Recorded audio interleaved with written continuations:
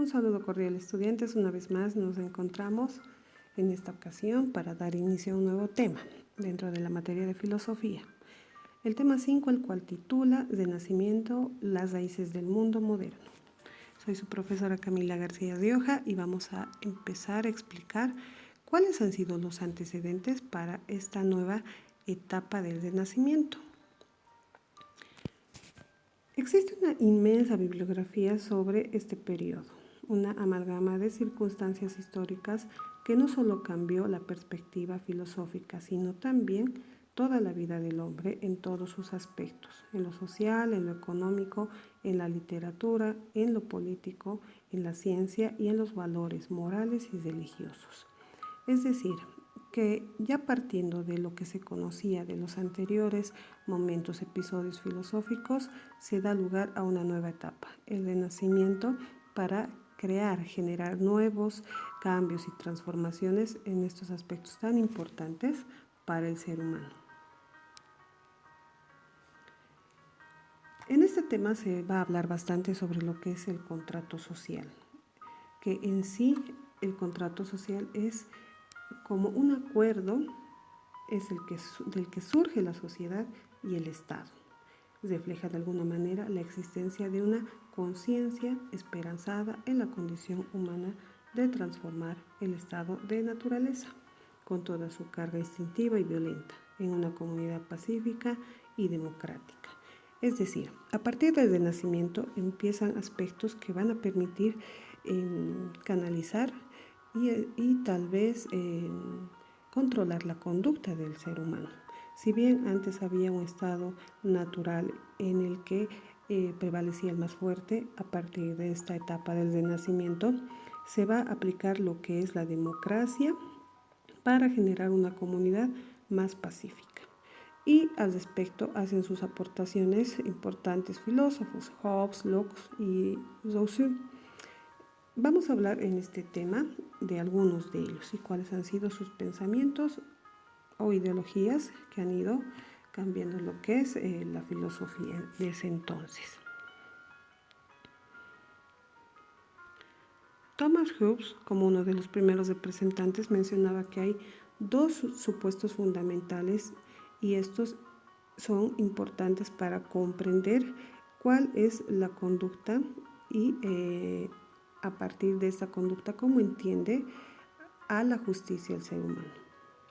En primer lugar, que aunque todos los bienes sean relativos, existe entre ellos un bien primario y originario, que es la vida y su conservación.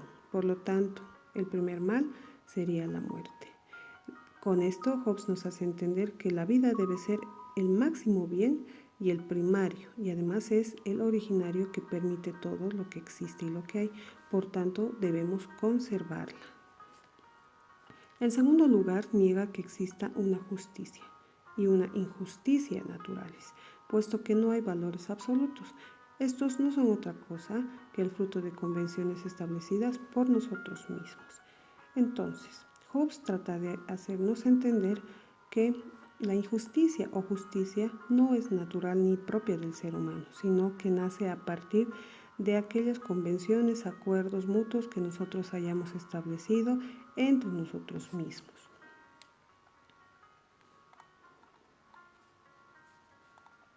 Hobbes, entre sus aportes también, habla sobre los preceptos que condicionan la filosofía.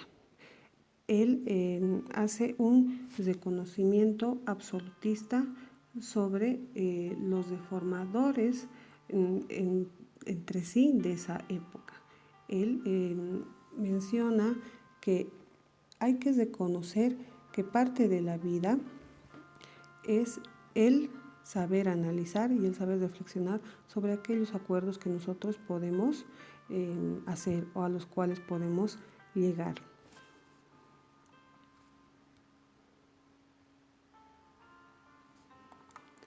Hobbes habla sobre un aspecto interesante.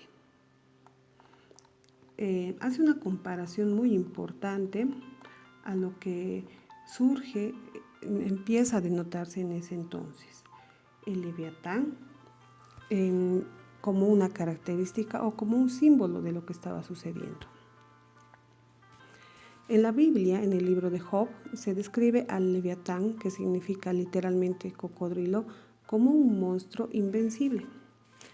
Entonces Job no encuentra nombre mejor que el de la gran bestia bíblica, Leviatán. Eso es el estado, superior a todo como un dios mortal. Considera que la mejor forma de estado es la monarquía absoluta. Sin embargo, precisa que todo su razonamiento es igualmente válido para una forma aristocrática o democrática. Es decir, a partir de esta comparación, Hobbes nos hace entender que el Estado llega a ser en sí como una bestia, ¿no? Que permite un Estado absolutista, donde Hobbes edifica en realidad a este monstruo en dos mitades, mitad monstruo y mitad dios mortal, denotando de esa manera su inclinación hacia la monarquía absoluta.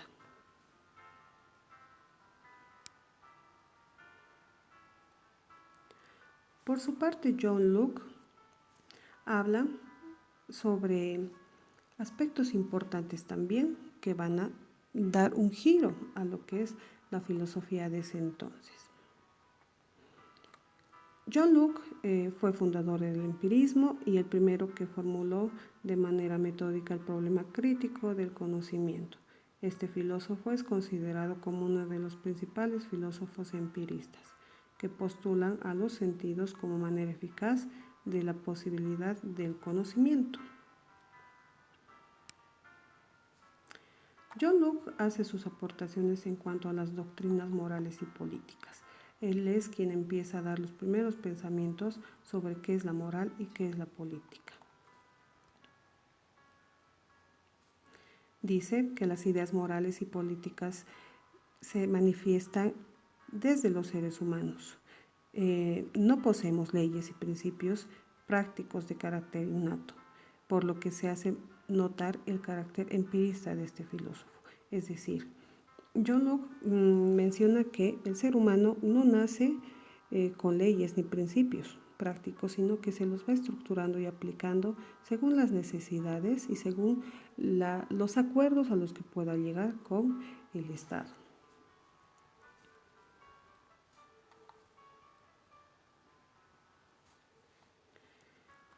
Locke habla sobre aspectos importantes como el estado de naturaleza. Él dice que siendo todos los hombres iguales e independientes, nadie debe provocar en los demás ningún daño en la vida, la salud, la libertad y las posesiones.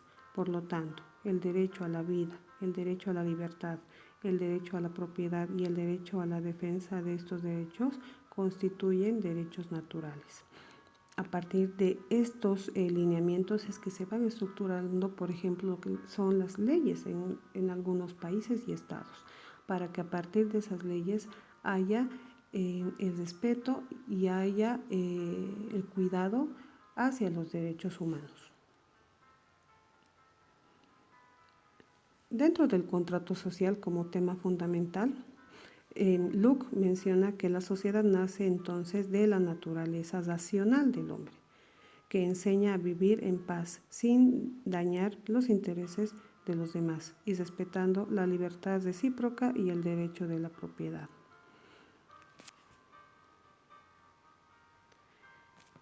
El estado civil para Locke es que los individuos sacrifican solo aquella parte de su libertad y derechos que hace posible la formación del Estado como órgano superior de tutela. El Estado ya no es mera expresión de poder, de árbitro, sino que debe necesariamente, por su naturaleza, encaminarse a garantizar los derechos individuales.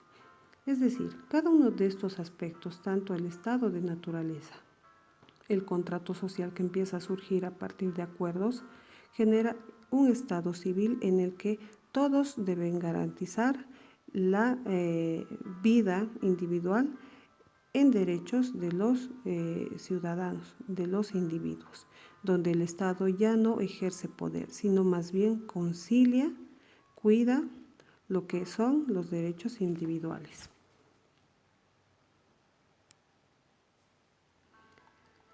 Hablamos ahora de Jacques Rousseau, que es un tanto complicado, ustedes saben su apellido, pero sin embargo es un filósofo muy destacado también porque ha hecho aportaciones muy interesantes a lo que es también la etapa del Renacimiento. Rousseau, por su lado, ha sido un ilustrado y romántico individualista y colectivista anticipador de Kant y precursor de Marx, considerado uno de los grandes filósofos del siglo XVIII. Este filósofo es considerado uno de los más importantes que promueven la renovación de todos los conocimientos considerados tradicionales.